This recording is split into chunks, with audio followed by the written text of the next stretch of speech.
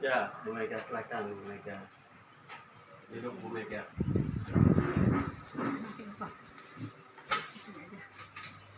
Oke.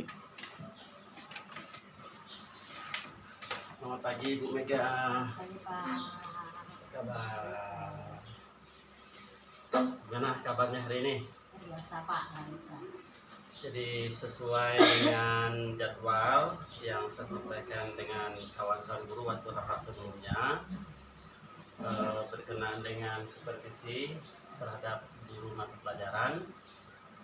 Kebetulan pertama Ibu yang saya panggil, karena Ibu kan ikut kegiatan guru penggerak ya Bu Mega ya, benar ya? Benar Pak. Gimana hasilnya? Guru penggerak ya Pak ya. Ya. Selama saya ikut guru penggerak itu Pak, selama 3 bulan ini banyak hal-hal yang saya dapatkan itu. Yang pertama itu cara merubah kita cara mengajar ya Pak ya. Cara merubah mengajar, ya. Yang awalnya kita kan hanya mengatakan kalau murid itu harus mengikuti alur kita ya Pak ya. Ya. Setelah saya belajar 3 bulan itu, ternyata hal yang saya lakukan itu selama yang dari tahun-tahunnya dulu ya Pak ya, ternyata salah ya Pak. Salah, ya. Jadi disitulah saya merubah cara belajar, Belajar ya. merubah cara belajar dengan siswa.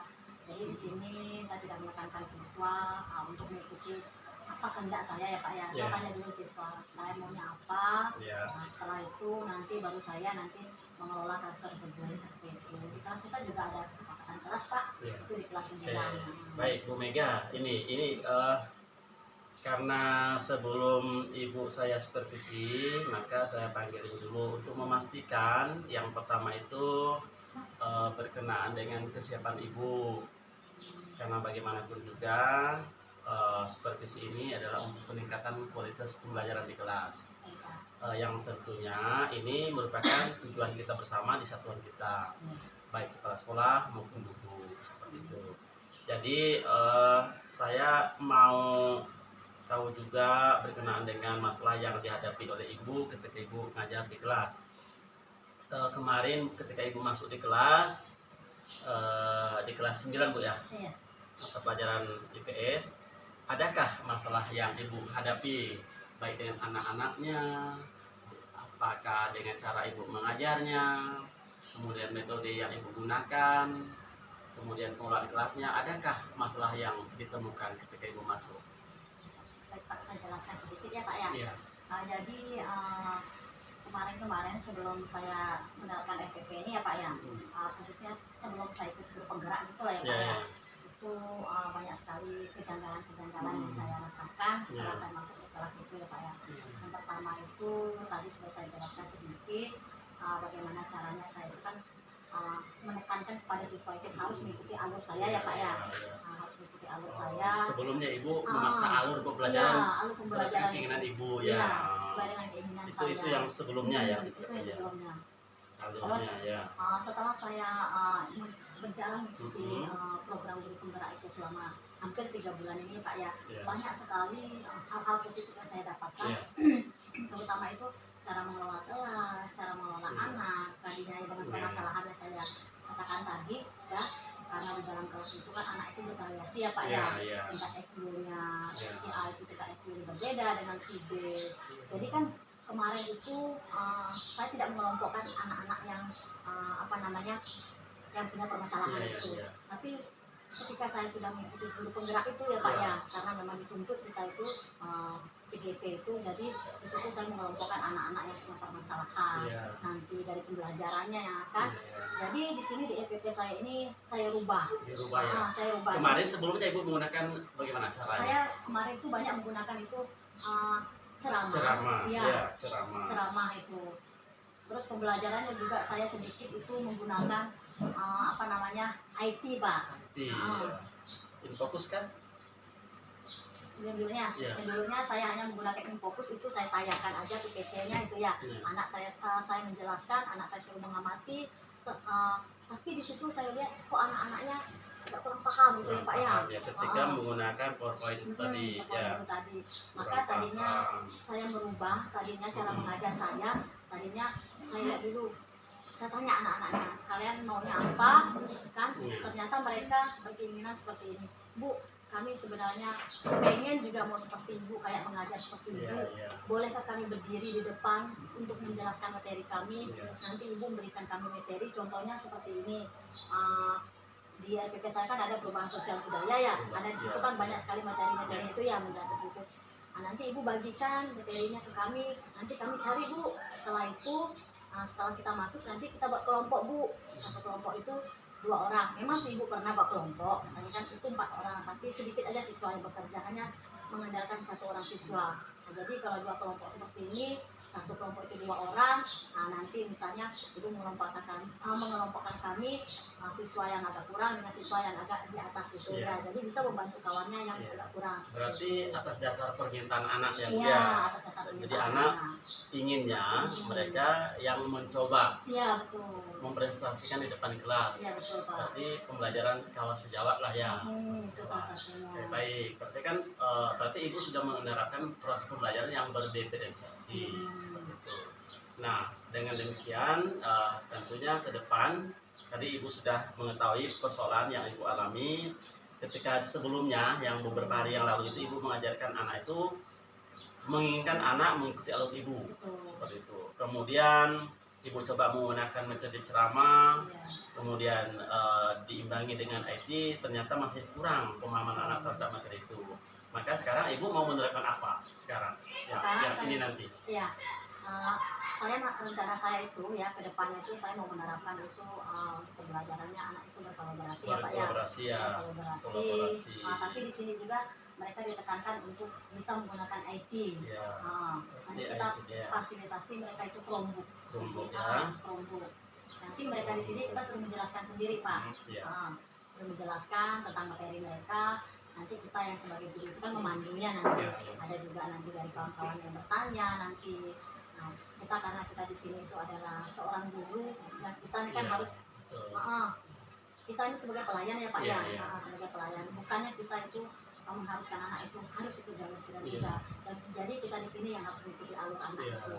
Kita harus paham kondisi anak. Karena dari situ itu juga misalnya ketika kita mengikuti jalur anak itu, atau kita tanya dulu apa maunya anak. Sebenarnya anak kita ini tidak ada yang kita katakan itu kurang sih sebenarnya Pak. Kalau kita bertanya kepada mereka, tahu permasalahan sebenarnya lah ya, permasalahan di anaknya. Ternyata anak-anak itu lebih hebat dari kita Pak. Setelah saya menerapkan yang ini nantinya. Harapannya, harapan ibu ketika nanti ibu menerapkan kolaborasi ini terhadap anak, harapan ibu kan masalah pembelajaran yang sebelumnya itu teratasi dengan harapan anak mampu menyerap materi yang ibu sampaikan. Betul, Pak. Dengan keterlibatan anak. Yang saya mau tanya dengan ibu ini, dengan kolaborasi ini apakah ibu nanti membentuk kelompok? Iya, saya membentuk kelompok nanti. Satu kelompok itu 2 orang saya bentuk Pak. Berarti ada kelompok ya Bu ya. Berapa siswa Bu dalam satu kelas itu? 25 orang Pak. 25. Berarti berapa kelompok? 5. Berapa orang? Ada berapa kelompok? 2 kelompok, 2 kali. Berarti ada 5. Pak, saya gitu kan. Dalam RPP saya ini kan 2 kali 40 ya. Jadi di situ itu saya hanya dalam 2 kali 40 menit itu di situ hanya 2 kelompok aja saya kira. Yang lainnya menyusul ke belakang. Karena perubahan sosial itu kan materinya panjang Pak. Panjang ya. Lebih cakupannya luas ya. Oke, baik. Berarti ibu bagi kelompok untuk materi yang menerima budaya dari apa? Luar masuk ke yang daerah mereka. Mereka lebih cenderung mengikuti kan. Terus masyarakat tradisional itu mereka lebih menutup diri seperti itu ya, lebih menutup diri. Jadi ketika ada yang budaya-budaya luar yang masuk, mereka tidak terima. Seperti itu yang tradisional, mereka masih menganut kepercayaan kewargaan ini semua. Baik ya, setelah kalian mendengarkan tadi pemaparan dari kelompok 1 dan kelompok 2 ya. Jadi untuk minggu depannya kelompok 3 dengan kelompok 4 yang maju. Untuk refleksi kita hari ini ya, kita kerjakan halaman 89 itu berkenaan dengan perubahan sosial budaya. Dikerjakan itu adalah nomor 4 ya, nomor 4 dengan nomor 5. Karena itu sesuai dengan materi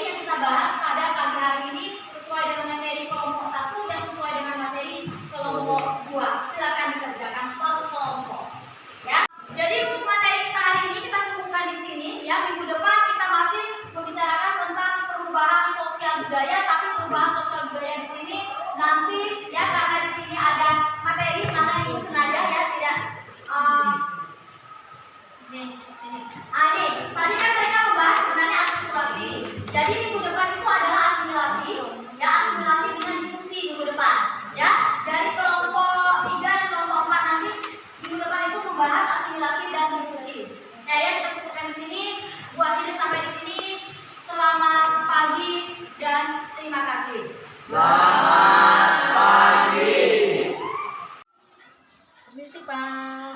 Ya, silakan Bu Mega. Terima kasih Pak. Bu Mega.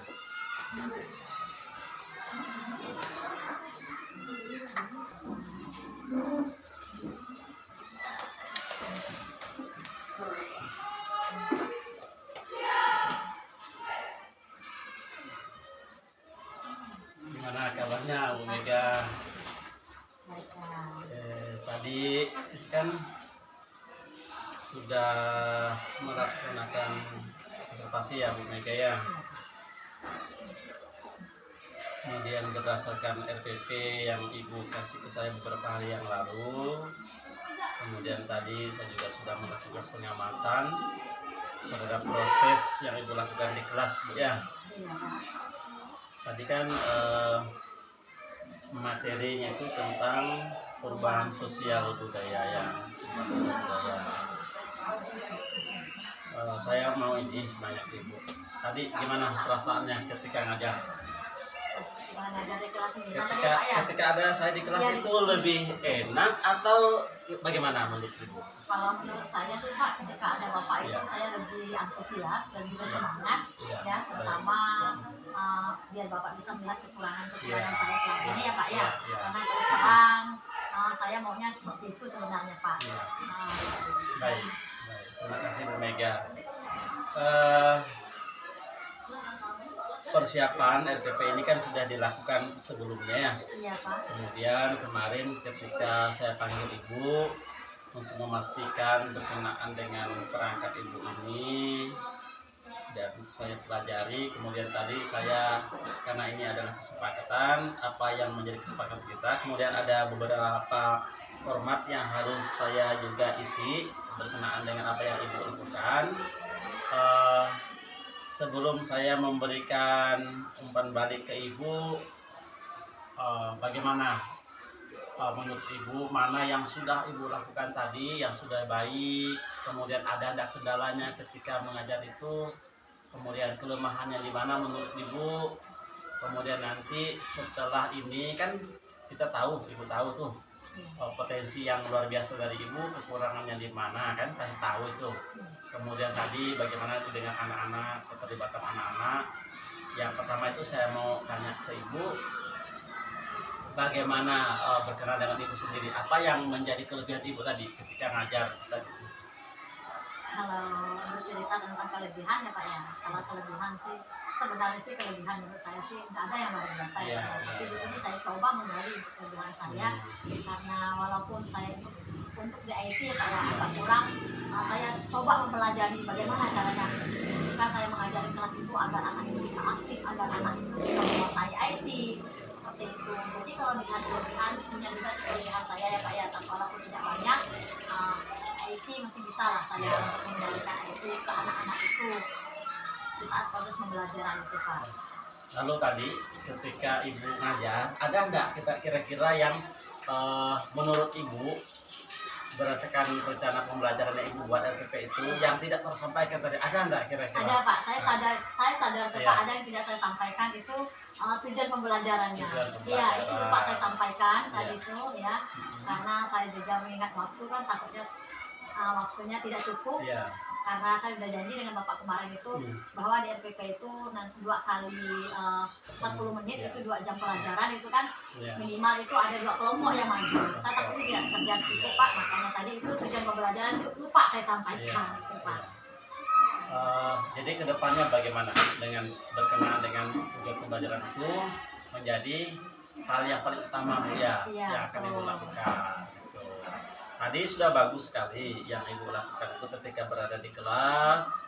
Saya punya beberapa catatan nih Ibu, ada beberapa catatan yang tentunya menjadi bahan refleksi bagi saya juga, bagi Ibu juga, karena tujuan kita kan bahwa pembelajaran ini kan tidak hanya tugas guru semata, ada juga tanggung jawab saya sebagai kepala sekolah, Ibu sebagai guru, dan siswa sebagai orang yang benar-benar kita ajar, kita didik di sekolah ini.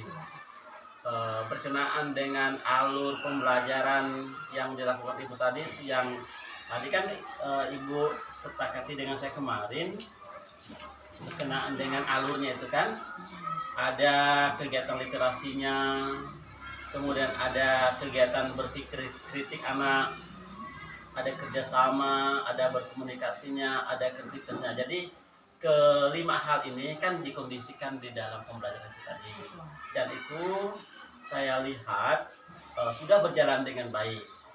Menurut Ibu, dari kelima hal ini dalam kegiatan pembelajaran itu, mana yang kira-kira yang sudah bagus dilakukan oleh Ibu tadi? Dari misalnya kegiatan literasinya, kemudian kegiatan berkenaan dengan bagaimana berpikir kritik anak itu. Tadi kan Ibu sudah ada menyuruh anak mempresentasikan hasilnya itu ya. Nah, dari kelima hal ini, mana yang sudah bagus Ibu laksanakan dan mana yang masih kurang menurut Ibu? Menurut Ibu. Ya, Pak, izin jawab ya Pak ya. Ya. Jadi dari kelima hal tersebut ya, yang di sini kan ada berpikir kritis ya Pak ya, Ya, ya. kerjasama, berkomunikasi dengan kreativitas ya. Ya, ya. Tadi yang menurut saya yang bagus saya lakukan itu adalah di mana di sini saya menggali potensi anak ketika kelompok 1 saat tadi memaparkan materinya. Itu sebenarnya kan berbentuk video ya Pak ya. Karena mereka di situ videonya panjang, makanya mereka skip tadi ya. Jadi di situ agak dipendekkan videonya, baru mereka jelaskannya. Tapi sebenarnya itu tidak seperti itu sebenarnya Pak. Video itu sebenarnya harus diputar dulu, kata saya bilang. Karena ini di luar dugaan ya Pak ya. Tapi menurut saya ya, yang berpikir kritis ya Pak ya, di sini itu hal yang menjadi kelebihan menurut saya lah ya Pak ya. Terus yang menjadi kekurangan di saya di sini itu adalah kolaborasi anak itu tadi. Iya. Jadi kolaborasi anak itu Ibu dikondisikan anak bekerja sama di tim itu kan? Iya. Ya, kan dibagi beberapa kelompok itu ya, yang dilakukan Ibu itu ada 8 kelompok kan tadi? Ada 10 kelompok. 10, ada 10 dan tadi ada 2 kelompok yang memang untuk pertemuan ini ya, pertemuan yang pertemuan keberapa tadi ini? Tadi pertemuan yang baru pertama sih Pak ya. Pertama, jadi 2 kelompok yang ada, kemudian minggu pertemuan berikutnya ada 2 kelompok lagi. Baik Bu, artinya kita ini kan tidak melihat mana yang salah mana yang benar. Betul. Artinya RPP itu semuanya benar. Ibu menyusunnya semuanya sudah bagus sekali. Namun tadi mungkin ya menjadi bahan refleksi kita bersama ketika tadi kegiatan literasi itu kan harapan Ibu ini saya lihat Ibu inginnya peserta didik itu bisa melihat, bisa mengamati, bisa membaca dan bisa menuliskan dari apa yang menjadi bahan kayak video tadi. Mungkin kalau diputar videonya Bu ya. Kalau diputar videonya dulu, kemudian anak kan nonton tuh. Kemudian dengan dia menonton, dia mendengar, dia akan menggali informasi yang ada di video itu, sehingga mereka pasti ada pertanyaan, misalnya, oh rupanya seperti itu perubahan sosial, kan? Kemudian ketika mereka mengamati video itu, oh ini rupanya perubahan yang tidak dikehendaki, misalnya kan. Kemudian dari mereka mengamati itu, kan pasti mereka bisa oh ternyata ini rupanya seperti itu. Itu sudah bagus tadi. Bahkan anak-anak yang menyampaikannya kan mempresentasikan itu.